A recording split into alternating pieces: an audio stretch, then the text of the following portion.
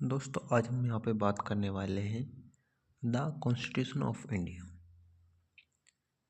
ये सवाल सभी के जहन में उठता है कि आखिर जो भारत का संविधान है उसको किसने लिखा। इसे जानने के लिए हमें सबसे पहले ड्राफ्टिंग कमेटी, जिसे मसौदा समिति भी कहते हैं, उसके मेंबर्स और उन मेंबर्स की क्वालिफिकेशन के बारे में जानना है। आखिर डॉक्टर भीमराव अंबेडकर जी को ही भारत के संविधान का पिता क्यों कहा जाता है? इस प्रश्न का जवाब आपको इस वीडियो में मिलेगा। इंडियन कॉन्स्टिट्यूशन, इसमें जो सबसे महत्वपूर्ण समिति थी ड्राफ्टिंग कमेटी, हम उसके मेंबर्स के बारे में बात करेंगे कि वे कौन कौन से मेंबर थे जिन्होंने अपना महत्वपूर्ण योगदान संविधान को बनाने में दिया। जैसे कि हम सभी जानते हैं, डॉक्टर बाबा साहेब भीमराव अंबेडकर जी का इसमें सबसे महत्वपूर्ण स्थान रहा है, क्योंकि अधिकतर कार्य इसका डॉक्टर बाबा साहब भीमराव जी ने किया है। आपको जानकर बहुत हैरानी हो सकती है कि इसमें कुल सिर्फ 7 मेंबर थे। ड्राफ्टिंग कमेटी में टोटल जो मेंबर थे वे 7 थे, जिसको हम आपको क्रम से बताने जा रहे हैं। Drafting committee total members: doctor B.R. Ambedkar, the chairman of the committee drafting. इसमें जो इनके बाद आते हैं, Alladi Krishnaswami Ayyar, a member of the drafting committee. 3. N. Gopalaswami Ayyar, a member of the drafting committee. Next, K. M. Munshi, a member of the drafting committee. ये वे 4 सदस्य हैं जो अपना बहुत महत्वपूर्ण इन्होंने योगदान इसमें दिया। और इससे आगे Mohammad Saadulla, a member of the drafting committee. इसके बाद आने वाले जो मेंबर्स हैं, B.L. Mitter, a member of the drafting committee who was later replaced by N. Madhav Rao, क्योंकि इनके मृत्यु के पश्चात N. माधव राव को अपॉइंटमेंट किया गया था। इसके बाद में सबसे जो हमारे लास्ट वाले हैं, D.P. Khaitan, a member of the drafting committee who was later replaced by T.T.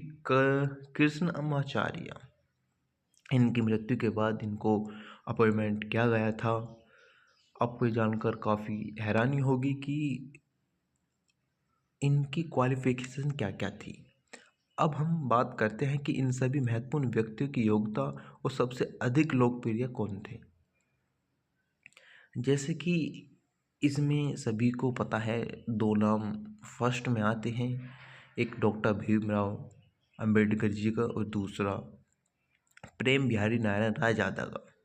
तो चलिए हम इसमें सबसे पहले हम इसमें चर्चा करते हैं doctor Bhimrao Ambedkar ji. Matriculation passed from Mumbai university.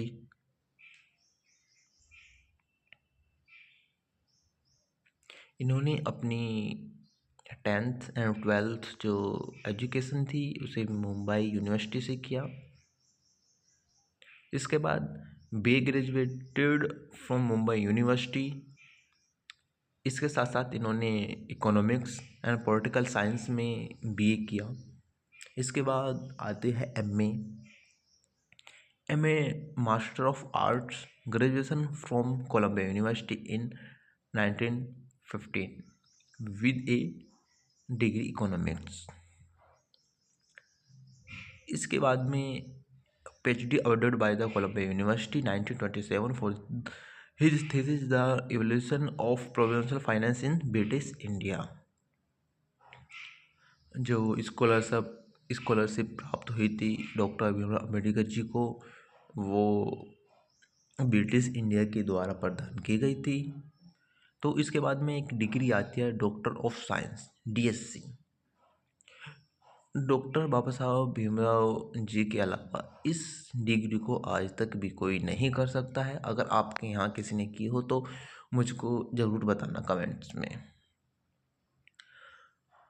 तो देखो, इन्होंने की थी DSc, awarded by the Columbia University की थी।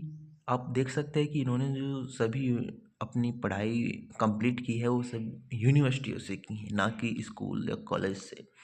The problem of the rupees, इन्होंने जो इस पे करी थी, जो पैसों की समस्या थी उसके ऊपर इन्होंने अपना ये अध्ययन करता, इसके लिए इन्हें अवॉर्डेड मिला था कोलंबिया यूनिवर्सिटी से, जिसे इसलिए डॉक्टर बाबा साहब भीमराव जी को नॉलेज ऑफ सिंबल, ज्ञान का प्रतीक भी कहा जाता है। आज भी कोलंबिया यूनिवर्सिटी के सामने डॉक्टर बाबा साहब भीमराव जी की एक स्टैचू की स्थापना हुई हुई है। और हम देख सकते हैं जैसे इंडिया में ही अभी हाल फिलहालों में ही पंजाब में बाबा साहब भीमराव की अम्बेडकर के ऊपर कुछ शरारती तत्वों ने उसको तोड़ने या नुकसान पहुंचाने का प्रयास किया। तो इसमें हम देखते हैं doctorate of London school of economics received by 1923। आप देख सकते हैं इसमें डॉक्टरेट फ्रॉम और लंदन स्कूल इकोनॉमिक्स, इन्होंने वहाँ से पढ़ाई किया, लंदन से पढ़ाई की है। इसके बाद एन गोपाल स्वामी अयंगार जो सिविल सर्विस में थे और ग्रेजुएशन की डिग्री इनके पास थी। ज़्यादा व्यस्त होने के कारण ये ड्राफ्टिंग कमेटी में अपना समय नहीं दे पाते थे, इसलिए इनका रोल बहुत कम है। ये ज़्यादा अपने सुशासन व्यवस्था चलाने में व्यस्त रहते थे। इसके अलावा अल्हादी कृष्ण स्वामी अय्यर जो लास्ट है, जिन्होंने ग्रेजुएशन किया था मद्रास यूनिवर्सिटी से, और इसके बाद आते हैं हमारे KM मुंशी, इन्होंने BA संस्कृत से किया था।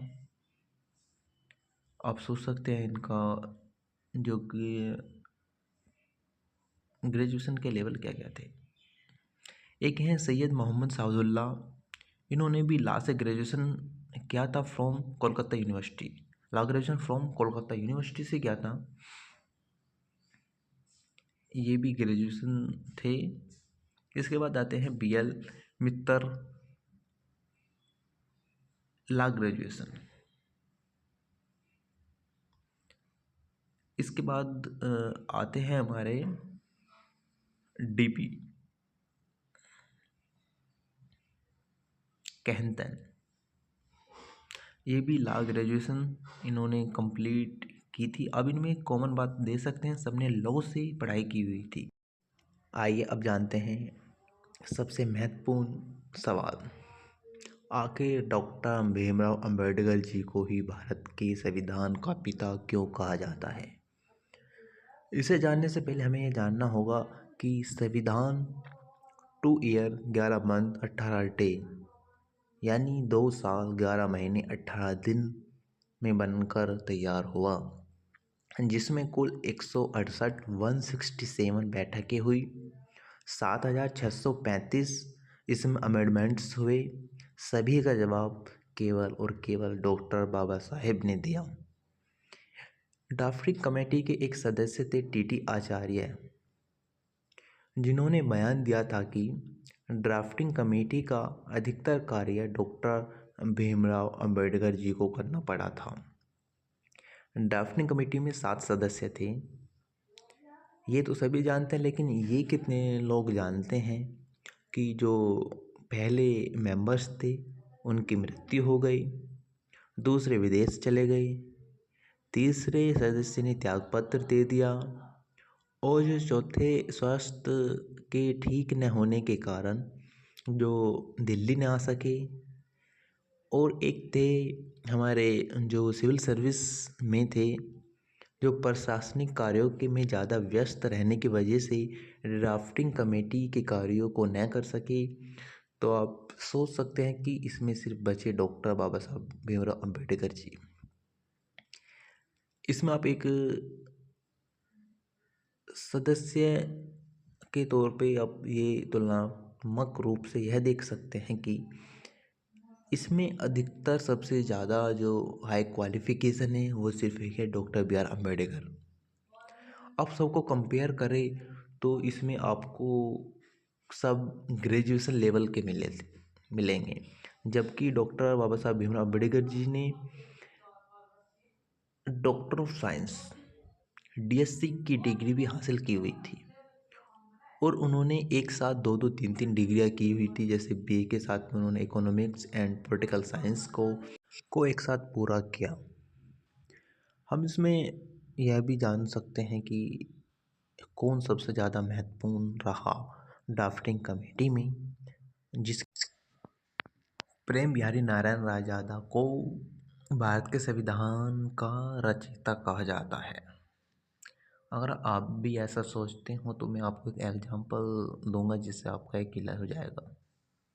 अगर आप एक मकान बनाते हो और उसको बिन रंग पुताई के छोड़ देते हो, और बाद में कोई आता है और उसकी रंग पुताई करता है और बाद में कहता है कि ये घर मेरा है, तो आप स्वयं ही उसका जवाब दे सकते हैं। मुझे ये बताने की आवश्यकता नहीं है, क्योंकि संविधान तो डॉक्टर बाबा साहब भीमराव अम्बेडकर जी ने ही बनाया था, और प्रेम बिहारी नारायण रायजादा ने सिर्फ उसको एक व्यवस्थित ढंग से प्रस्तुत किया था, इसलिए उनका नाम इसमें जोड़ा गया। और संविधान के हर पन्ने पर प्रेम बिहारी नारायण रायजादा के आपको उसमें सिग्नेचर मिलेंगे, जो उनकी शर्त थी। इसलिए सबसे महत्वपूर्ण मसौदा समिति, जिसे ड्राफ्टिंग कमेटी भी कहते हैं, उसका महत्वपूर्ण योगदान था। आप समझ गए होंगे कि इसमें जो प्रेम बिहारी नारायण रायजादा है उसका नाम क्यों आता है और क्यों उसको रचयिता बोला जाता है। रचयिता तो इसलिए ही बोलते हैं क्योंकि उन्होंने ड्राफ्टिंग कमेटी के द्वारा तैयार किए गए इंडियन कॉन्स्टिट्यूशन को एक व्यवस्थित ढंग से प्रस्तुत किया, जिसको आज हम वर्तमान स्थिति में भी अपनाते हुए आ रहे हैं।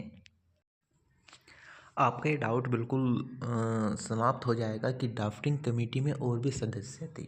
कभी कभी लोग कहते हैं कि ड्राफ्टिंग कमेटी में सिर्फ डॉक्टर भीमराव अम्बेडकर ही थोड़ी थे, और सदस्य तो थे। बात तो बिल्कुल सही है, लेकिन जैसे मैंने आपको बताया कि एक मेंबर की मृत्यु हो गई, दूसरे विदेश चले गए, और तीसरे ने त्यागपत्र दे दिया। जो अगले मेंबर थे उनका स्वास्थ्य ठीक न होने के कारण दिल्ली न आ सके, और सबसे लास्ट वाले जो प्रशासनिक कार्यों में सिविल सर्विस में होने के कारण ज़्यादा व्यस्त रहते थे, इस वजह से वे अपना महत्वपूर्ण समय ड्राफ्टिंग कमेटी को नहीं दे सके। इस वजह से सिर्फ और सिर्फ सबसे अधिक कार्य डॉक्टर भीमराव अम्बेडकर जी ने किया, इसलिए उनको भारत के संविधान का पिता, फादर ऑफ इंडियन कॉन्स्टिट्यूशन कहा जाता है। दोस्तों, ये आज का टॉपिक हमारा यहीं पे समाप्त होता है ड्राफ्टिंग कमेटी का, और हम आगे भी ऐसे ही इंटरेस्टिंग टॉपिक आपके सामने लाते रहेंगे जो अलग अलग फैक्ट्स के सामने रखेंगे।